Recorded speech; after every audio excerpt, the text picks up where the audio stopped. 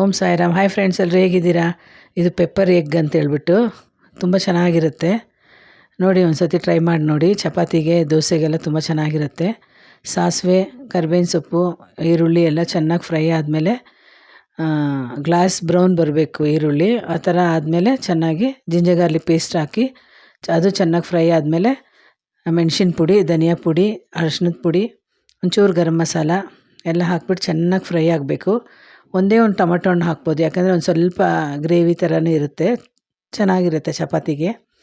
ಅದು ಚೆನ್ನಾಗಿ ಫ್ರೈ ಆದಮೇಲೆ ಒಂದು 2 ಮೊಟ್ಟೆ ಹಾಕ್ಬಿಟ್ಟು, ಎಷ್ಟು ಬೇಕೋ ಅಷ್ಟು ಹಾಕ್ಕೋಬೋದು. ನಾನು ಅವತ್ತು 2 ಮೊಟ್ಟೆ ಹಾಕಿದ್ದೆ ವೀಡಿಯೋ ಮಾಡೋದಕ್ಕೋಸ್ಕರ.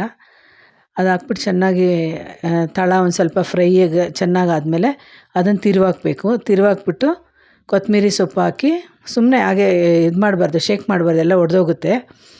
ಹಾಗೆ ತೆಗೆದ್ಬಿಟ್ಟು ತಿರುವಾಕ್ಬಿಟ್ಟು ಕೊತ್ತಂಬರಿ ಸೊಪ್ಪು ಹಾಕ್ಕೋಬೋದು. ಮಕ್ಳಿಗೇನಾದ್ರು ಕೊಡಬೇಕಂದ್ರೆ ಇನ್ನೊಂದು 2 ಮೊಟ್ಟೆ ಬೇಯಿಸ್ಕೊಂಬಿಟ್ಟು ಅದರ ಸೈಡಲ್ಲಿ ಗ್ರೇವಿ ಇರುತ್ತಲ್ಲ, ಅದರ ಸೈಡಲ್ಲಿ ಆ ಥರ ಹಾಕ್ಬಿಟ್ಟು ನಾವು ಸುಮ್ಮನೆ ಒಂಥರ ಸ್ಪೂನಲ್ಲಿ ಇದು ಮಾಡಿಬಿಟ್ಟು ಕೊಡ್ಬೋದು. ಮಕ್ಳಿಗೆ ಕೊಡೋದಕ್ಕೆ ಚೆನ್ನಾಗಿರುತ್ತೆ, ಖಾರ ಇರೋದಿಲ್ಲ. ನಮ್ಗೆ ಈ ಕಡೆ ಸ್ವಲ್ಪ ಜೀರಿಗೆ ಪುಡಿ, ಪೆಪ್ಪರೆಲ್ಲ ಹಾಕಿರ್ತೀವಲ್ಲ, ಅದರಿಂದ ತುಂಬ ಚೆನ್ನಾಗಿರುತ್ತೆ. Thank you.